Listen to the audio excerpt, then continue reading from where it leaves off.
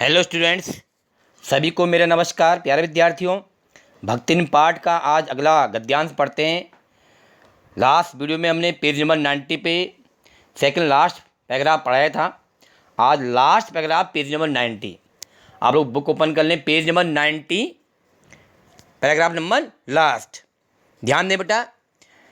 एक दिन माँ की अनुपस्थिति में वर महाशय ने बेटी की कोठरी में घुसकर भीतर से द्वार बंद कर लिया और उसके समर्थक गांव वालों को बुलाने लगे।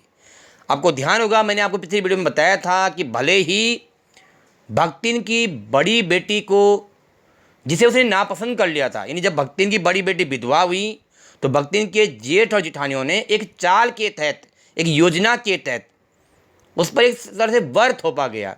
जिसको भक्तिन की बेटी ने नापसंद कर लिया था उसको उस पर थोपा गया। आपने पढ़ा होगा लास्ट वीडियो में कि मान ना मान मैं तेरा मेहमान, जबरदस्ती उस पर एक तरह से थोपा गया ताकि भक्तिन की जो धन संपत्ति है उस पर उनका अधिकार हो जाए। उसकी चर्चा आगे लेखा ने हमें करके बताया है कि एक दिन माँ की अनुपस्थिति में, माँ की बनी भक्तिन की अनुपस्थिति में वर महाशय ने बेटी की कोठरी में घुसकर भीतर से द्वार बंद कर लिया और उसके समर्थक, यानी जो समर्थन करना चाह रहे थे कि हाँ जो नापसंद किया उसको पसंद किया जाए जबरदस्ती, ताकि उसकी संपत्ति पे उनका अधिकार हो जाए, गांव वालों को बुलाने लगे। अब देखना क्या हुआ, देखना बेटा। यहाँ पर एक तरह से गांव की उस पंचायत का फैसला बताया गया है जो कि एक तरह से बहुत गलत था।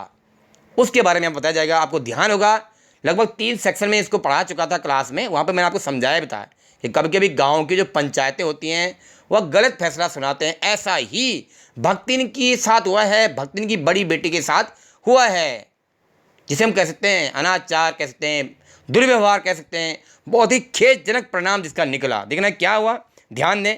मैंने आपको अच्छी तरह क्लास में समझाया था, ABC तीनों सेक्शन में समझाया था।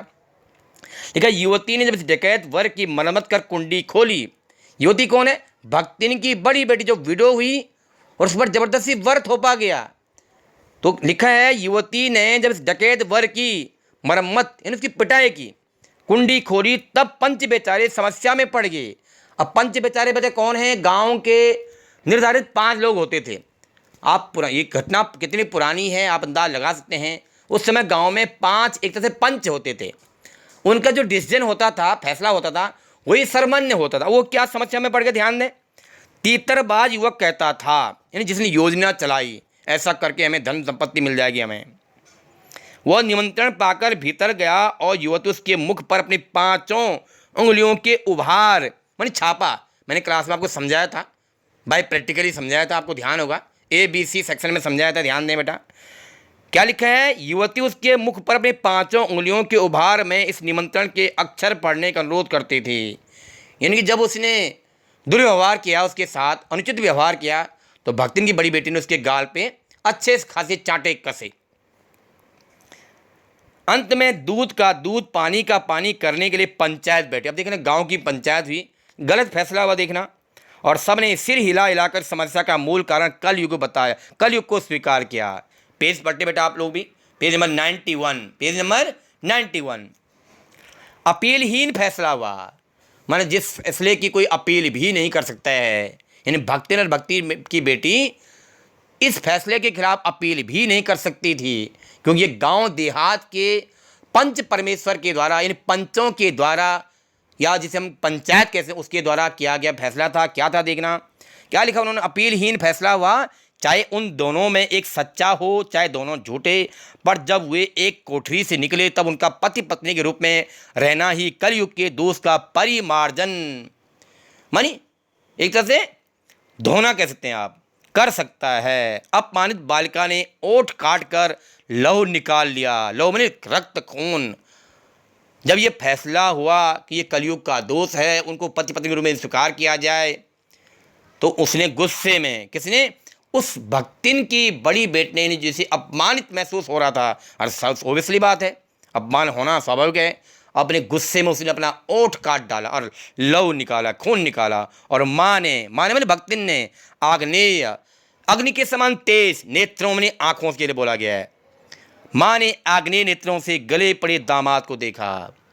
मजबूरी में जो पंचायत का गलत फैसला दिया गया था, उस अपमान को सहन नहीं कर सके, तो बालिका माने भक्तिन की बड़ी बड़ी जो विधवा हुई थी, और एक योजना के तहत उसको जबरदस्ती वर थोपा गया। उसने तो गुस्से में अपने ओंठ से मतलब काट करके, दांत से काट, गुस्से में खून निकाला, और भक्तिन ने तेज क्रोध से जलती हुई आंखों से उस गले पड़े दामाद को देखा। संबंध कुछ सुकर नहीं हुआ, सुकर में नहीं अच्छा परिणाम वाला संबंध नहीं हुआ, क्योंकि दामाद अब निश्चिंत होकर तीतर लड़ाता था। तीतर लड़ाना मानी योजनाएं बनाता रहता था, बहुत सी की योजनाएं जिसमें वो सफल हो जाए, संपत्ति हड़पने का प्रयास किया जाता था। अब देखें क्या क्या होता है आगे देखना। और बेटी विवश क्रोध से जलती रहती थी, वो क्रोध में ही जलती रहती थी कि कितना गलत फैसला मेरे साथ हुआ है। इतने यत्न मैंने प्रयास इतने यत्न से संभाले हुए गाय ढोर, मानी गाय पशु से मतलब है, खेती बाड़ी मानी खेती बाड़ी, जब पारिवारिक द्वेष में मानी परिवार की उलझनों में, परिवार की लड़ाइयों में, परिवार की ईर्ष्याओं में ऐसे झुलस गए, मानी ऐसे फंस गए कि लगान मानी टैक्स अदा करना मानी चुकाना भी भारी हो गया। अब उनकी हालत ये हो गई कि भक्तिन की हालत इतनी कमज़ोर हो गई, आर्थिक रूप से विपन्न हो गई, आर्थिक रूप से क्या होगी, कमज़ोर हो गई, कि उसको जो उस समय टैक्स अदा करना होता था किसानों को भी अपनी खेती से, खेती के बदले में अनाज दो चाहे पैसा दो, उसे टैक्स भरना भी मुश्किल हो गया। सुख से रहने की कौन रहे, अब तो उसका जीवन सुखी भी नहीं था। अंत में एक बार लगान न पहुंचने पर जमींदार ने भक्तिन को बुलाकर दिन भर कड़ी धूप में खड़ा रखा। अब देख सकते, अंडरलाइन करते हैं बेटा, बहुत इंपॉर्टेंट नॉलेज मिल रही है। एक बार ये आया लास्ट में, उसके द्वारा जो लगान जो टैक्स देना होता था उसको जब अदा नहीं किया गया, जमींदार जो राजा के द्वारा नियुक्त आदमी होते थे, ऐसा होता, मैंने आपको क्लास में समझाया भी था, जैसे क्षेत्र हैं अलग अलग, गोविंदपुरम क्षेत्र अलग है, हरसांव अलग है, आकाशनगर अलग है, तो राजा के द्वारा तत्कालीन समय में क्या थी, निरंकुश प्रणाली थी, राजाओं का आधिपत्य था। तो राजा हर क्षेत्र के लिए एक एक जमींदार नियुक्त करता था। उस जमींदार का काम क्या होता था, वहाँ के किसानों से टैक्स वसूलना, और वो टैक्स कहाँ जाएगा, राजा के कार्यालय में जाएगा। तो राजा के द्वारा नियत आदमी होते थे, जैसे मैंने आपको क्लास में समझाया था, मैं बार बार दोहरा रहा हूँ, ABC तीनों सेक्शन में समझाया गया था कि हर क्षेत्र से टैक्स लिया जाता था। तो यही नौबत भक्तिन की भी आ गई, उससे टैक्स नहीं दिया गया, तो जमींदार ने क्या, उसको दिन भर कड़ी धूप में रखा, सजा दी, पनिशमेंट दिया। यह अपमान तो उसकी कर्मठता, बहुत ही निपुण अपने काम में, बहुत ही कर्मठ है, तो क्या बोल रहे हैं, यह अपमान तो उसकी कर्मठता में सबसे बड़ा कलंक बन गया। इस प्रकार की सजा देना, इस प्रकार का अपमान उसे एक कलंक लग गया। उसने क्या किया, देखना आगे क्या रिजल्ट निकला। अतः दूसरे ही दिन भक्तिन कमाई के विचार से, मानी इनकम के विचार से शहर आ पहुंची। अब भक्तिन को लग गया गांव में रहना उचित नहीं है, तो कमाई के पर्पस से, कुछ कमाने के पर्पस से, धन कमाने के उद्देश्य से, नौकरी पाने के उद्देश्य से कहाँ आई, शहर आ गई।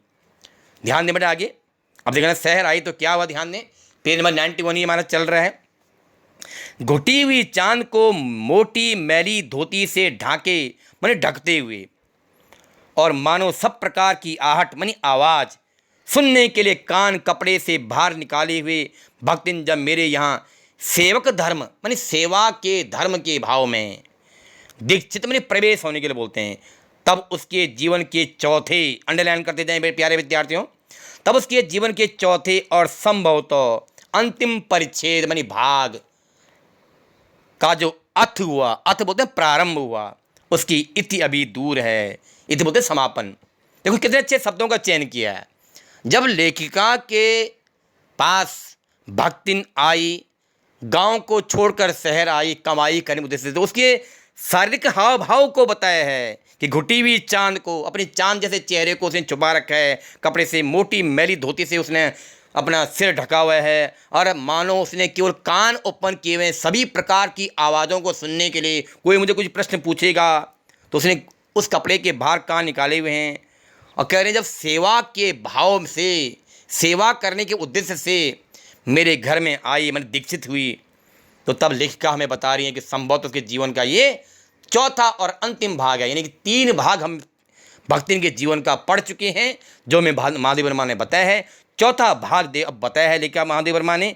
क्या है देखना, उन्होंने बोला भी है कि जो चौथा भाग है उसका भी आरंभ हो रहा है और समापन होना बहुत बाकी है। ध्यान दें आगे।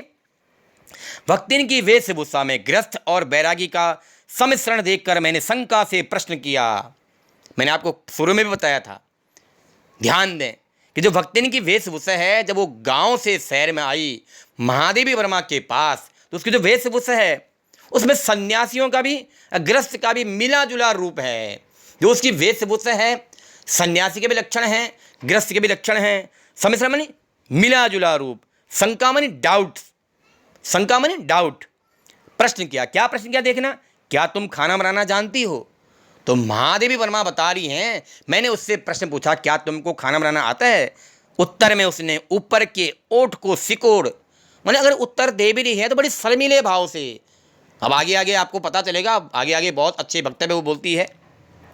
और नीचे के अधर, अधर मैंने बोलता है ओंठ, कुछ बढ़ाकर आश्वासन मैंने आश्वस्त की मुद्रा के साथ कहा।